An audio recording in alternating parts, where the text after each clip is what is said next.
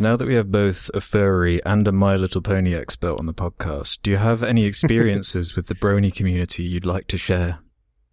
Oh, I wouldn't even know where to begin. What's the brony response been? To the video? Yeah.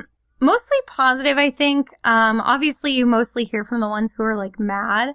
So a lot of the saucy fan artists were, like, mad because they didn't watch my video, I think. Because, you know, if you've watched it, I wasn't really coming down hard on that. The only thing I condemned was specifically, like, saucy art of child characters. So, like, some of the people who were mad were drawing it of child characters. So, you know, that I guess it was directed at them. But then a lot of other people were just, like, drawing saucy fan art of other characters. And they were like, oh, she's making this, like, puritanical video, like, making fun of us for drawing, like, porn of the ponies. And it was just, like... I don't know. I think someone even went on, like, a podcast. They called into someone's, like, live stream or podcast and were, like, complaining about all these things that I hadn't said. And finally, like, the people in the chat were like, none of that's in the video. And they were like, oh, well, I didn't watch it. I just read, like, a Twitter thread that was angry about it. And I was like, okay, that explains it. No, they never. But I think most of the bronies were, like, supportive of it. You know, the ones that watched it all the way through, I think were good. Maybe some of them, like, rage quit in the first half hour because I hadn't, like, explained yet that I had been in the fandom. So they just, like, presumed that I hadn't been. Who knows? Yeah. Yeah, there's definitely overlap between the furry and brony community. Yeah. I mean, like, a lot of bronies are also furries, because why not? I mean, it's just a more specific property. Whereas furry just encompasses... Yeah, it's a circle inside the Venn diagram. Yeah. Furry encompasses a concept, and brony encompasses a specific property within that concept. So yeah, there's a bit of overlap. I had some friends trying to convince me to go to a local brony thing, and I was like, why? They're like, no, yeah, we're just going to like party there. I'm like, we can party...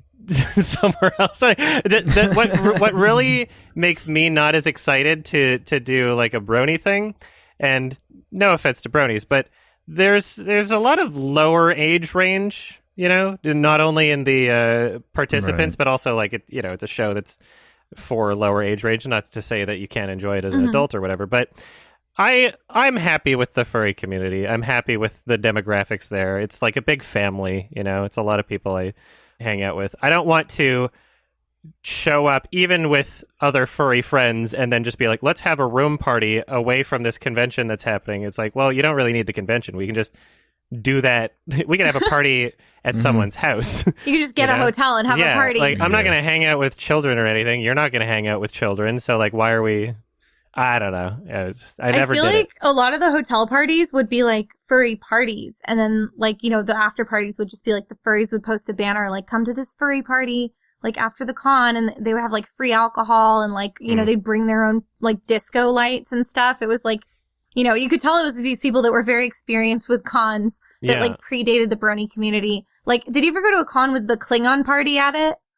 Oh, yeah. Yeah, I have. Yeah, those guys are crazy. They like decorate the whole room like it's a starship. Yeah, that's the thing at was that at FC or MFF? But yeah, I was at the Klingon room. It was awesome. It's such like an ambitious party, and they do it like completely complimentary. They have like a tip jar, like but everything's just like they just show up to random cons to like throw an incredible party for everybody. It's amazing. Yeah, it's great. Yeah, come to a furry convention. I should. I've never been to a furry convention. I've just been to brony conventions. I will be your spirit guide. I have been to the Prancing Skill Tear, one of their parties, which I didn't realize until after the fact were like the inventors of the furry fandom. I watched like a documentary on them. But yeah, because I used to just live really close to that house. And someone just brought it up like, hey, there's this crazy furry house party that happens once a month. And I was like, oh, I'll go to it. And it was like, surreal. Like it was a whole house that belonged to furries. So like all the decor was like furry decor. Like they had all these shelves up high that were like plushies of like Fievel and Land Before Time characters and stuff like that. And a lot of Lion King. I know furries really love the Lion King. But yeah, just crazy. It's a crazy community because it does seem like a lot of people that are just like willing to altruistically like throw these parties for everybody else to have a good time. And it's very welcoming. So, yeah, I should go to a furry convention sometime. Do it. I need a fursona. You will be assigned a fursona, don't worry. Okay, good.